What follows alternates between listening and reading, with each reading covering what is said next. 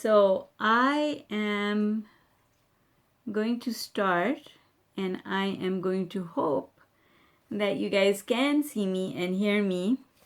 Here we are back with another chapter of the book Ask and It Is Given.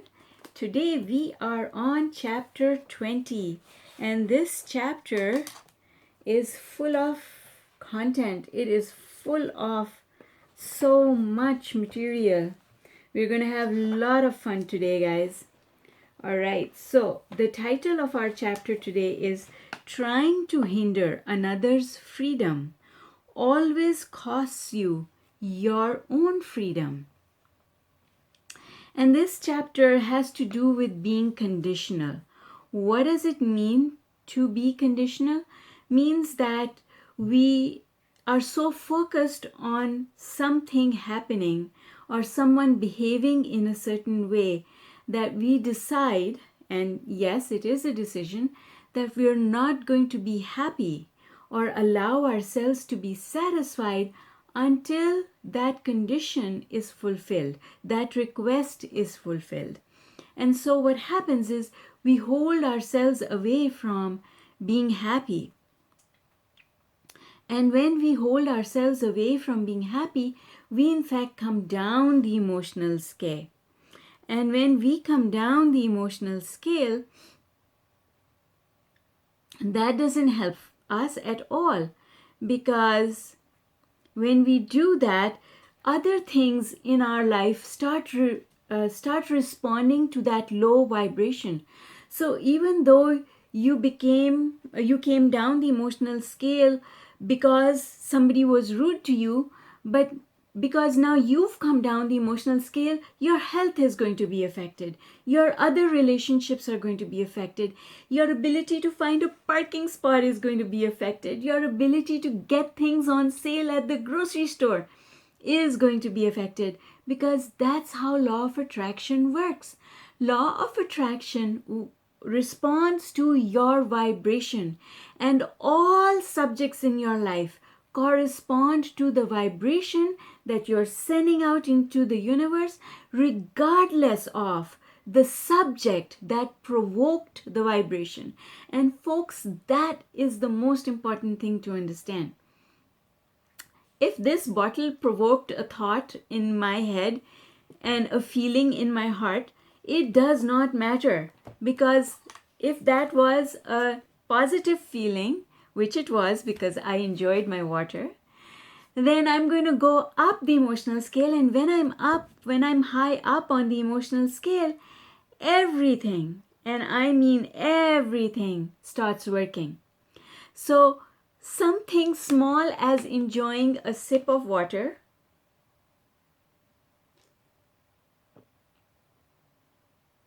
like that, has the capacity to help me, assist me in creating a better future for myself in the future. Because my attention with appreciation to this bottle of water attracts all other subjects in my life, and they all start vibrating at this level.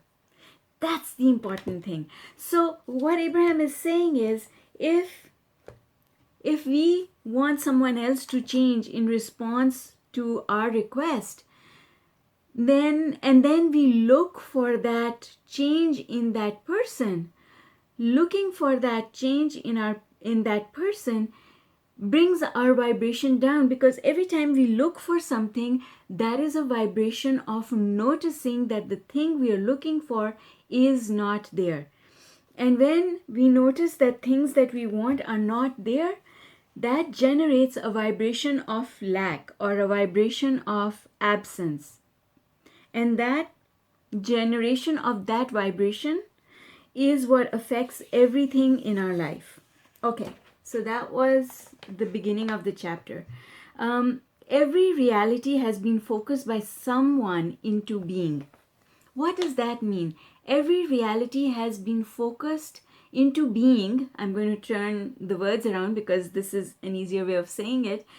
Everything that is now real has been focused into being by someone. What does that mean? Well, because everyone creates in their thought. Whatever we focus on, we create. We push into the future. So if somebody imagined a gadget that will enable them to do a heart transplant, a machine, an artificial lung that will keep a person breathing while they are in surgery so that a heart transplant can take place.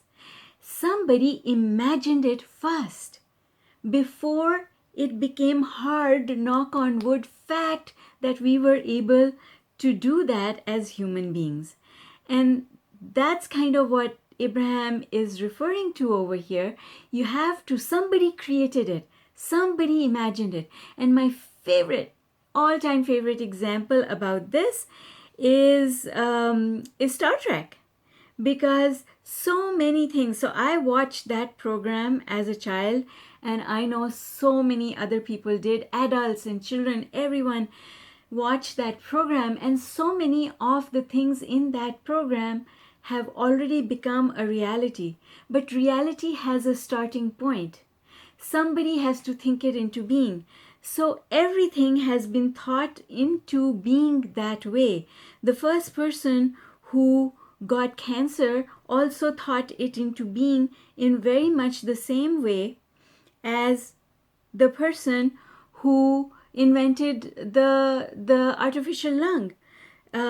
Everything comes into being in the same way.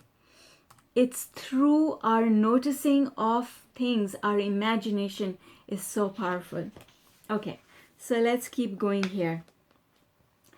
So Abraham says, sometimes people will argue, but Abraham, I'm only telling you this because I'm facing the facts. And Abraham always says, there's no need to face the facts because, well, you face them, but for a tiny bit. You notice them, yes, because that is the starting off place for us to give birth to what we actually want to see happening.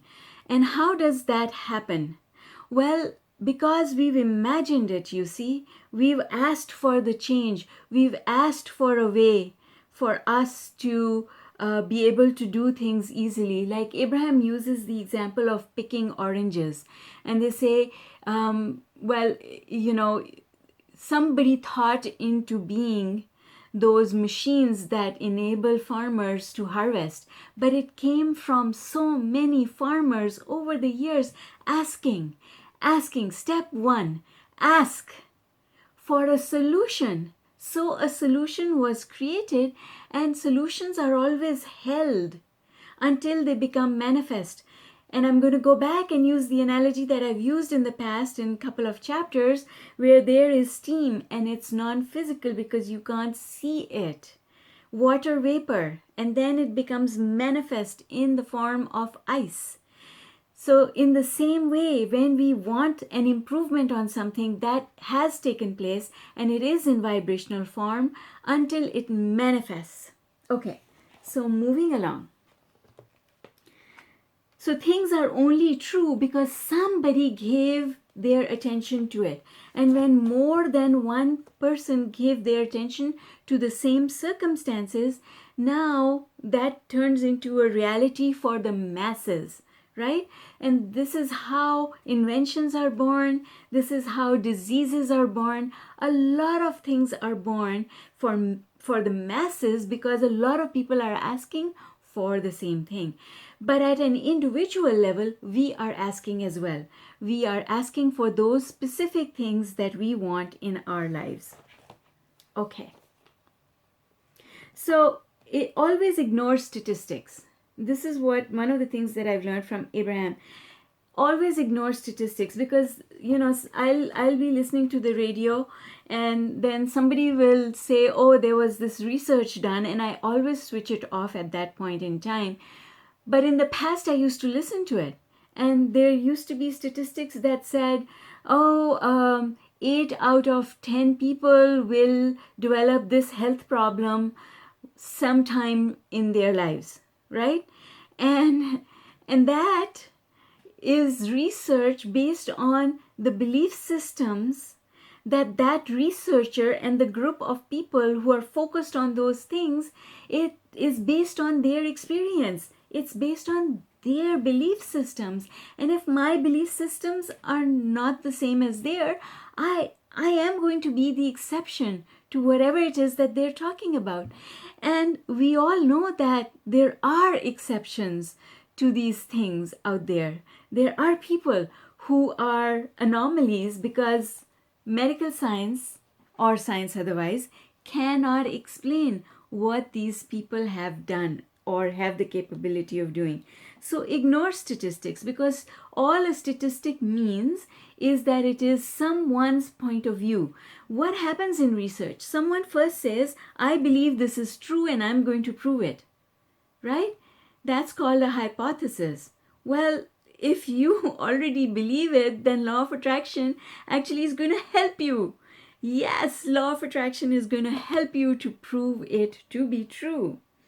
So anyone can come up with a hypothesis, and as many hypotheses as there are, all of them will be proven true because of the powerful law of attraction, because that's just how law of attraction works. Okay. So you see, we always have a choice, and this is why I talk about the 6 thinking choices, because we always have a choice. And the choice is, am I going to buy in? Am I going to agree with this thing that someone is presenting to me? Or am I going to find a way to not agree and not let it in? So I call this, my terminology for this is, I call it a thought virus. Somebody's belief is a thought virus. It is a virus that when you let it into your system, starts controlling your life. And I realized that because as a child, when I was tiny, my mother used to add just a few grains of coffee, instant coffee, to my milk because I did not like the smell of milk. So she would add that coffee to make it smell different for me. And so as the years went by, the quantity of coffee in my milk increased. And when I went to university and we were pulling all-nighters in order to do our assignments for our classes, my friends used to say, oh, let's get a strong cup of coffee because we have to stay awake all night. And I used to say, but I can have coffee and go straight to bed because that's my nighttime, bedtime milk, right? And that made me realize the same thing can have a completely different result on people who think differently. All right, so moving along, unwanted things cannot jump into your experience unwanted.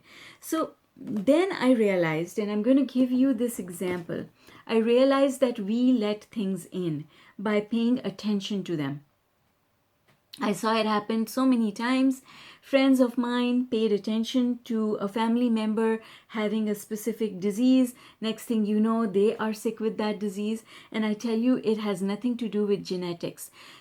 Your attention is the trigger that affects the genes in order to create the situation. If you did not have a trigger, then even though you have the genetic makeup, it would not be triggered. And that's why 2 children, even twins, do not develop the same health situations because they learn to think differently. And as they learn to think differently, some of them can get triggered and others of them don't have to get triggered. So I'll give you an example of what we should do and what I do in order to ward off, for lack of better words, ward off the thought viruses. So the story is, I went to Costco because I was holding a retreat at my house and I wanted to get free food for all the people who were attending. And I love going to the tasting stations or sampling stations that Costco sets up. So I went in there and I had this big cart full of stuff, and there was this sampling station and it was really crowded, so I didn't want to take my cart into it. I parked my cart on the opposite side of it, and there was a really boring thing going on there. I think it was Gillette blades. In fact, I'm 100% sure it was Gillette blades. I parked my car there. I went to go get my sample. I came back to my cart, and the lady at that Gillette station looked at me as if, she was angry with me. The frown on her face reminded me of the way my third grade teacher used to look at me. She wasn't usually happy with me because I was the one passing notes in class. So she looks at me and she says, "Do you know what you just did?" And she's got this death look on her face. So I look at her and I think, okay, I only got one sample.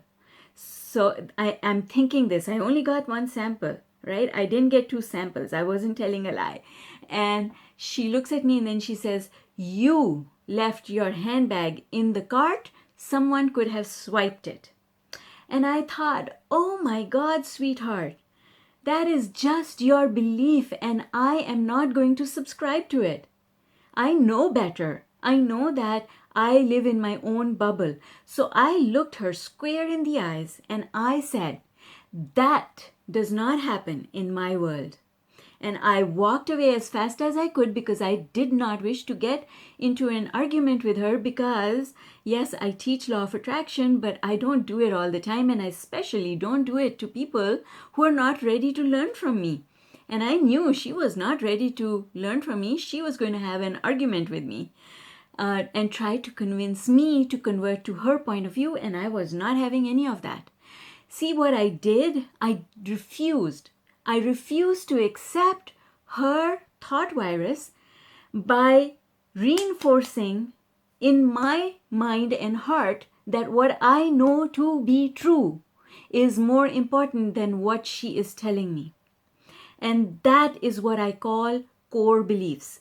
If you have not listened to the video on core beliefs, go and listen to it now. Because those core beliefs are really important. They are what set us free.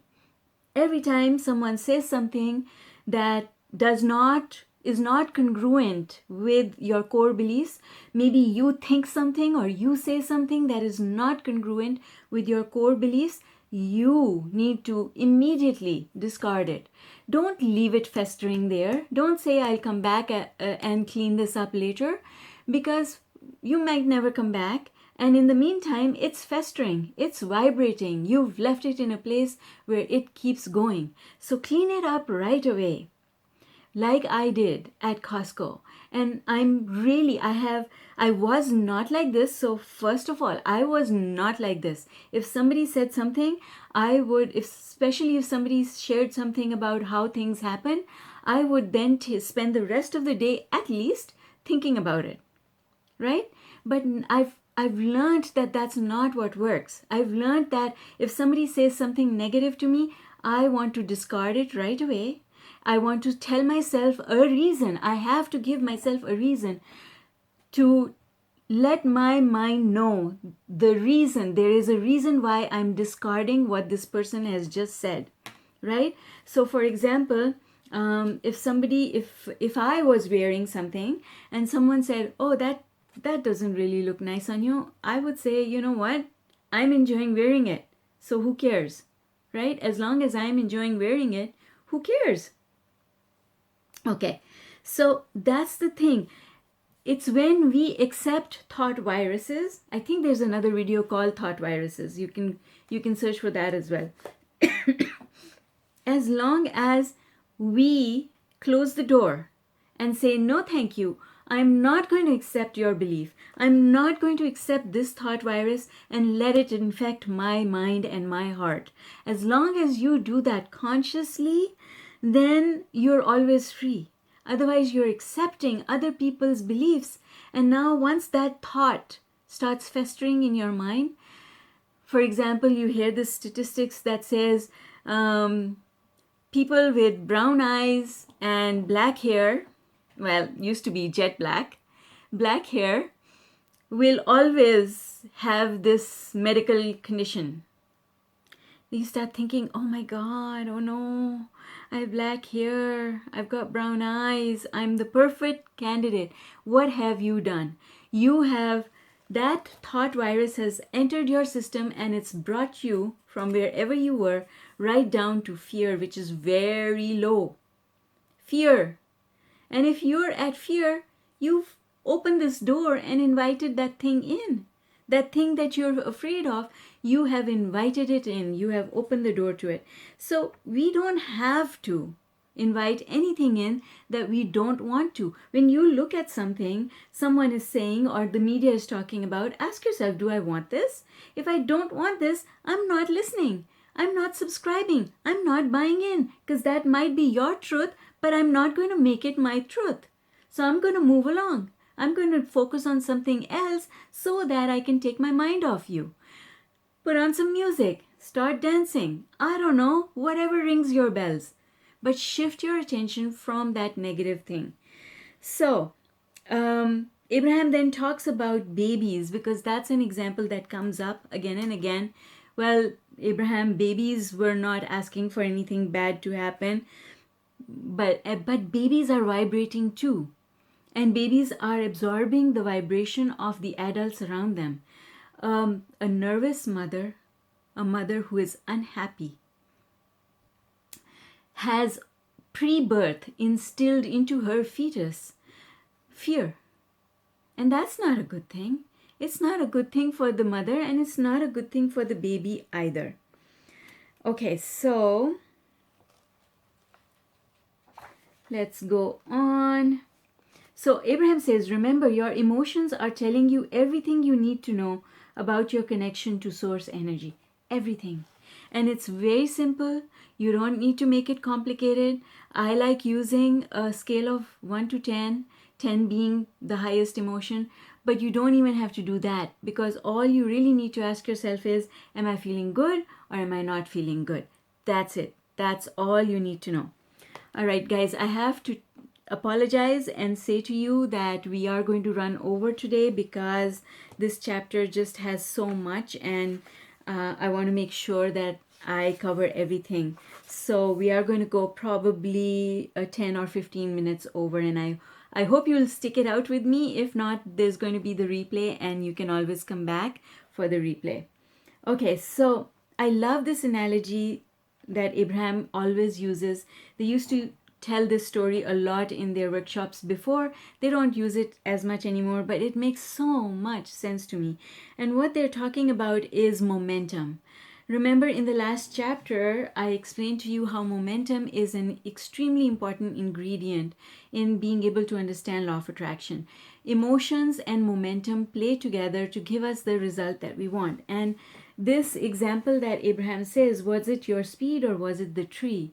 What creates an accident, right?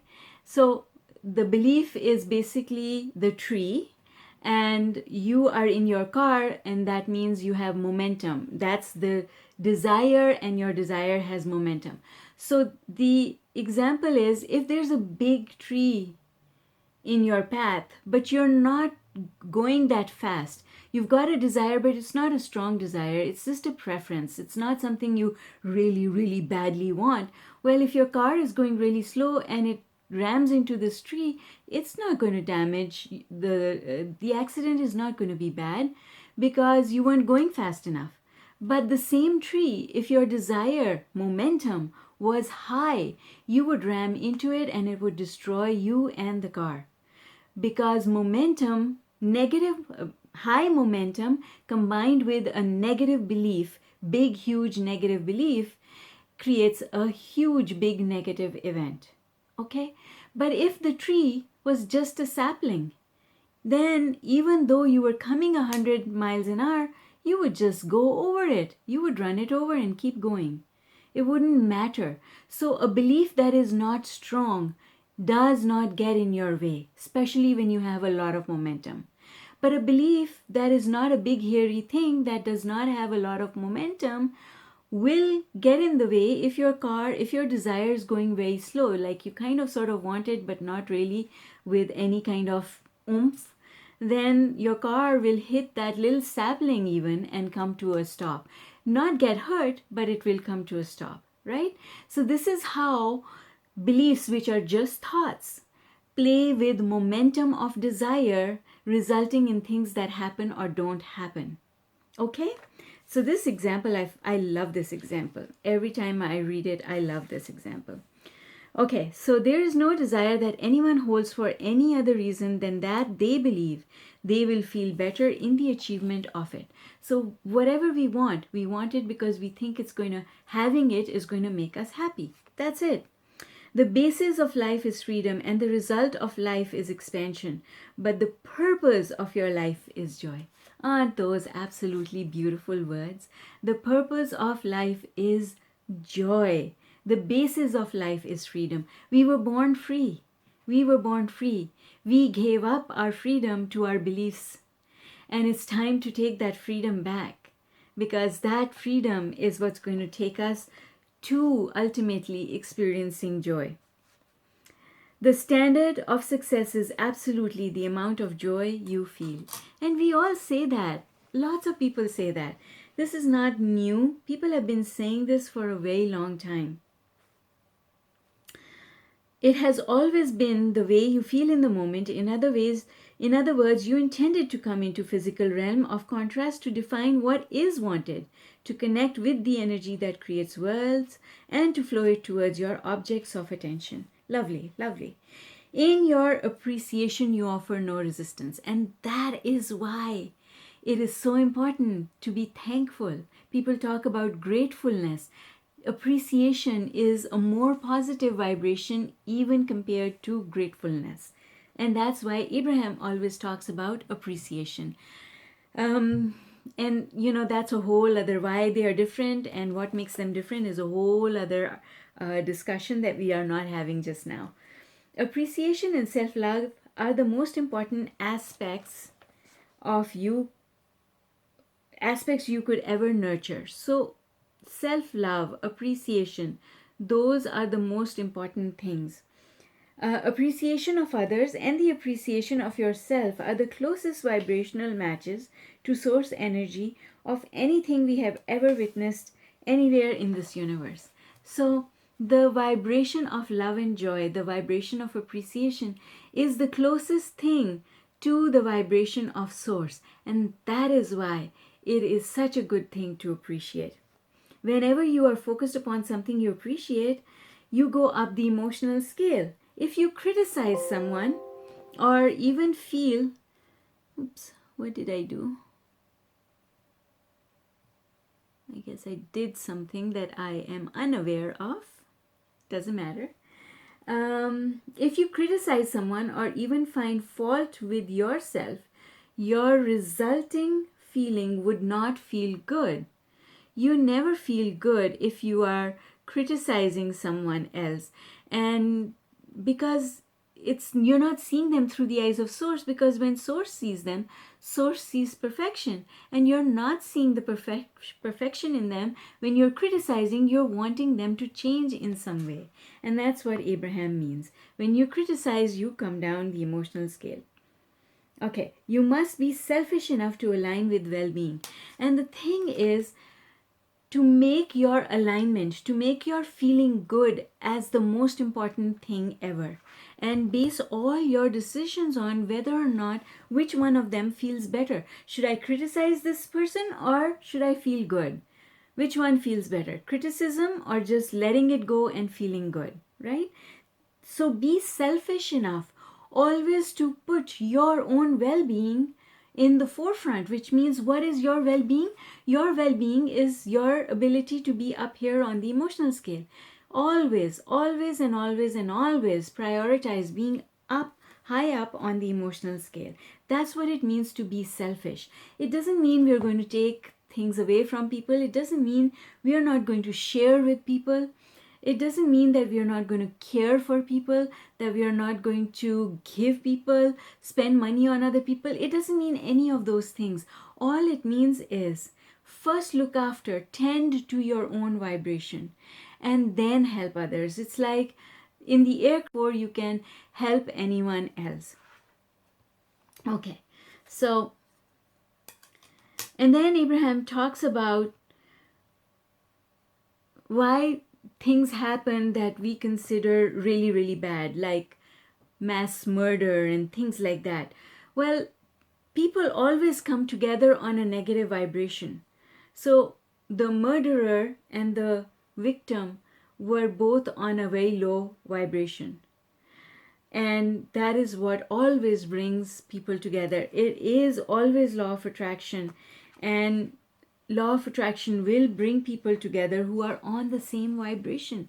Nobody deserves it, but people do get these things happening to them. And I know that because I don't deserve it. What did I do to deserve it was the question that I used to ask myself again and again and again when I went through a situation of extreme abuse, physical and mental, to the extent that I ran away from my marriage. I used to ask that question every day, and I was pregnant, and I used to cry all day, all night, not be able to sleep, and I just wanted to know why God did this to me. What did I do to deserve this? Because I'd always been a good little girl. So I just could not understand why. And now I understand. It wasn't because I deserved it. It was because I was fearful. I was fearful going into that marriage. And my fear manifested in so many negative ways. And that's why people attract negative things happening to them. Nobody deserves it, but people do attract it. If you are not expecting it, you are not allowing it. When you are fearful of something, you are expecting it. Otherwise, you wouldn't be fearful, you see. If people put on alarms in their homes, they are expecting that there are people out there who will break into their house. And I'm glad that they put on alarms, because then they deal with the fear and they can move on. But if they didn't put the alarm on and they had the fear, they would experience negative outcomes, maybe with someone breaking into the house. But the important thing is that fear would bring them down on the emotional scale. And when you're down on the emotional scale, nothing seems to work well. Okay. The feeling of a pure desire feels good to you. That was Stella, not me. Okay. The feeling of a pure desire feels good to you. This is important to understand. When we give birth to a desire or a preference, it always feels good.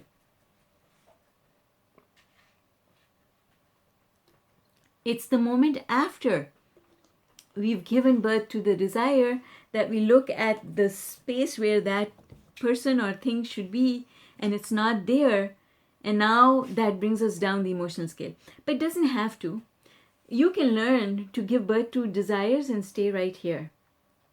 Sometimes you dip a little bit, but then you can always come back here, because once you start understanding that you don't have to go anywhere, you don't have to look for that thing that you've given birth to. The universe has the ability to bring it to you. When you understand that, everything falls into place. Then Abraham says, why would you want to be over there? Okay, so sometimes a person will say, I'm not happy over here where I'm standing. I would much rather be over there. Over there where my body is not sick. So sick over there where I'm not overweight. Over there where I have more money or a better relationship. And we ask, why would you like to be over there? Often the reply is, because I'm not happy over here where I'm standing. And that's the thing. See, that's the thing. If you say, I'm not happy over here, then you cannot go there. Because if you say, I am not happy where I am, then you're low on the emotional scale. But the thing that you want, because it was born out of a good feeling place, it's vibrating at a place of love and joy. So you've got to go up the emotional scale if you want to get it. If you stay here, you'll never be able to close the gap and get that thing that you want. So that's where a practice of changing the way we think our thoughts comes in. I'm going to read the last paragraph because I really love it. In fact, a continual attempt in the defiance of law of attraction, of trying to jump vibrational ranges, is a major factor in the feelings of discouragement that eventually cause people to conclude that they really do not have control of their own life experience. And so this is something that we've talked about many times before in previous chapters, and I talk about it in my videos as well. If you're somewhere over here and the thing you want is over here, and you say things that you think will take you over here, it won't happen, because going up the emotional scale is a gradual, stepwise process. You've got to go through the stages and then end up here. And once you do that, then your vibration will be stable. You'll have more control. Okay? All right. So that's it for chapter 20. Thank you again for joining me. I'm looking forward to playing with you again tomorrow with chapter 21. Leave me a comment to let me know if you found this useful, and I'll see you tomorrow. For now, have a fabulous rest of the day.